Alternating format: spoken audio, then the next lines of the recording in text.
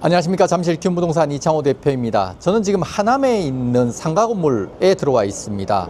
제 뒤편으로 지금 보이는 이 공간은 베란다 공간이고요. 제 뒤편으로 지금 보이는 공간이 이비인후과, 치과 등 병의원이 입점하기 좋은 자리가 아닌가 하여 안내해 드리러 왔습니다.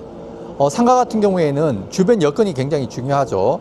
내 상가에 들어올 손님들 또는 병원이라면 환자들이 얼마나 있는지, 배우 여건은 어떤지, 주변 경쟁 병의원은 또 있는지, 지하철에서 가까운지 등등등 체크할 게 많은데요. 혹시라도 병의원 임대차를 고민하시는 주인분이나 또는 병의원 임차를 고민하시는 원장님들께서는 저희 잠실 키움부동산으로 전화 주시면 제가 좋은 상가 안내해 드리도록 하겠습니다.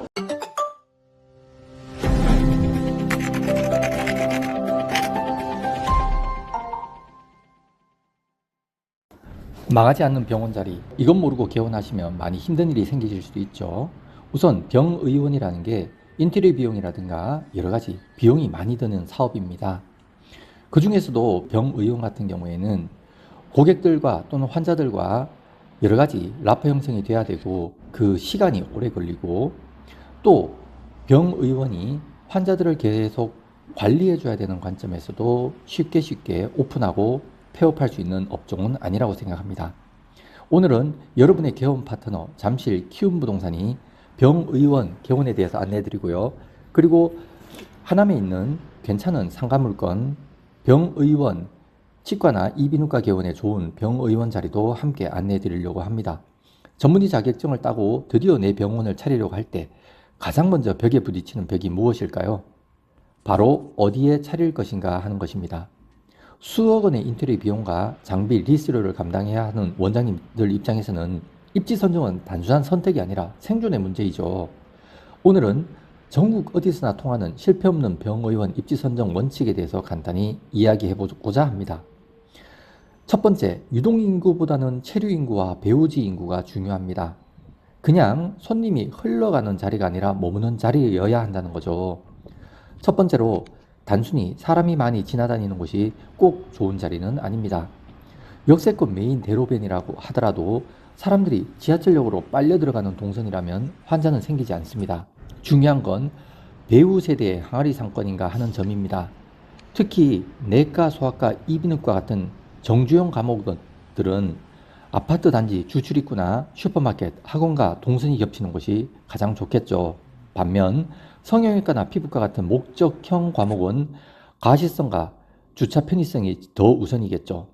원장님의 전공 과목과 해당 입지의 인구 특성에 맞는지를 확실하게 분석하고 입지를 선정하셔야 합니다. 두 번째로, 건물 내 메디컬 시너지가 있는가 하는 겁니다. 적당한 경쟁은 약이기도 하지만 독점은 또 양날의 검을 가지고 있죠. 건물 내 MD 구성이 중요하다는 이야기입니다. 동일 건물에 약국이 들어올 수 있는지, 독점권을 확인할 수 있는지, 그리고 동일 건물에 내가 오픈하는 병의원이 동일 업종이 들어올 수 있는지 없는지, 시너지를 낼 수 있는 타 과목이 있는지가 가장 중요합니다. 예를 들어 내과 옆에 이비인후과는 경쟁일 수 있지만요, 정형외과 옆에 통증의학과는 시너지가 날 수 있죠. 그리고 정형외과 옆에 이비인후과나 내과도 괜찮겠죠. 경쟁하는 업종은 아니라는 겁니다. 또한 건물 내 앵커 테넌트, 스타벅스나 대형 학원, 은행처럼 사람들을 건물 안으로 끌어들일 수 있는 핵심 시설이 있는지도 확인하셔야 합니다.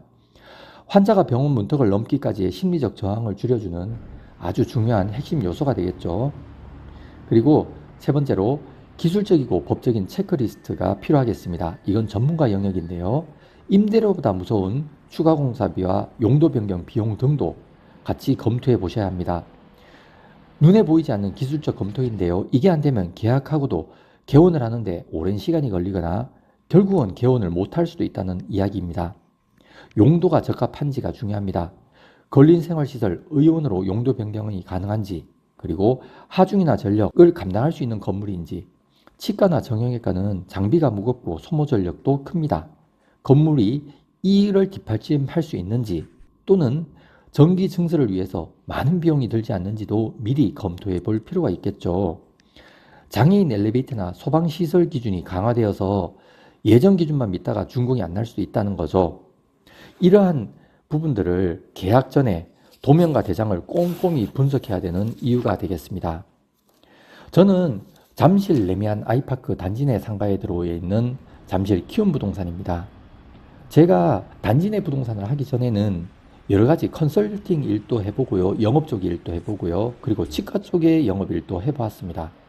그때 느낀 게 뭐냐면 단순히 컨설팅이라는 이름으로 개원을 소개하고 수수료만 챙기려고 하는 업자들이 의외로 적지 않다는 겁니다. 개원은 인생의 큰 전환점입니다. 단순히 빈 상가를 보여주는 부동산이 아니라 원장님의 감옥에 맞는 확실한 데이터를 분석하고 리스크를 제거해주는 파트너를 만나셔야 합니다.